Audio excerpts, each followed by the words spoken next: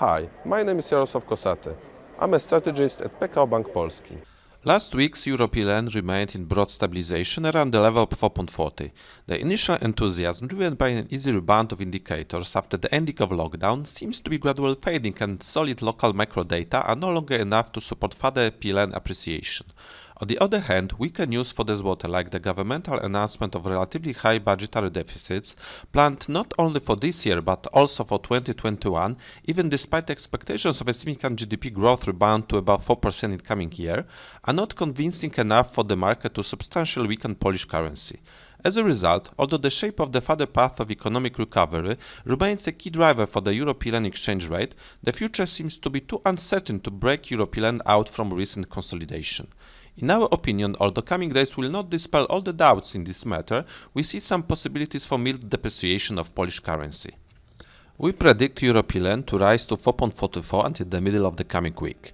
Expectations of the continuation of a disinflationary trend in Poland, together with some deflationary pressure in the Eurozone, should slightly tip the scales towards more pessimistic economic growth scenarios in Europe.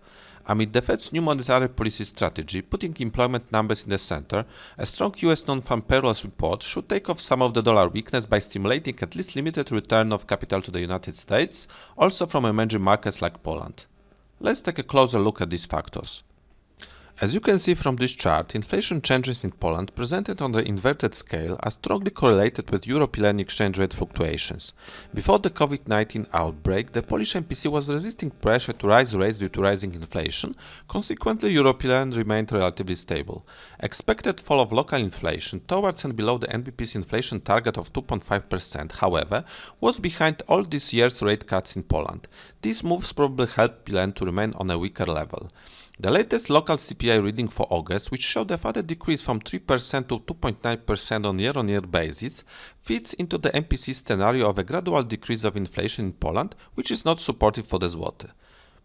But not only changes of local inflation readings are important for euro-PLN exchange rate. As you can see, the Eurozone's inflation readings also influence the zloty. The latest deflationary reading for August raises the question as to whether the current ECB quantitative easing program is an effective tool in supporting economic recovery in Europe. Growing doubts in this matter may dent risk appetites and put emerging market currencies like the zloty under negative pressure.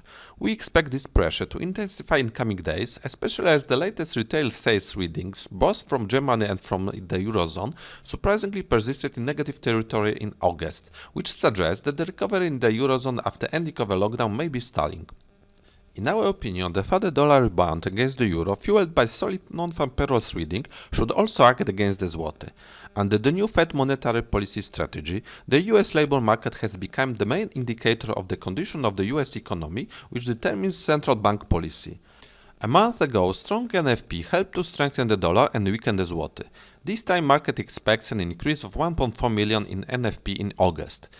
If the data will not strongly disappoint the market, then further dollar appreciation on the back of at least a partial return of capital to the United States should also help to push the euro-PLN exchange rate higher in coming days. Thank you for your attention.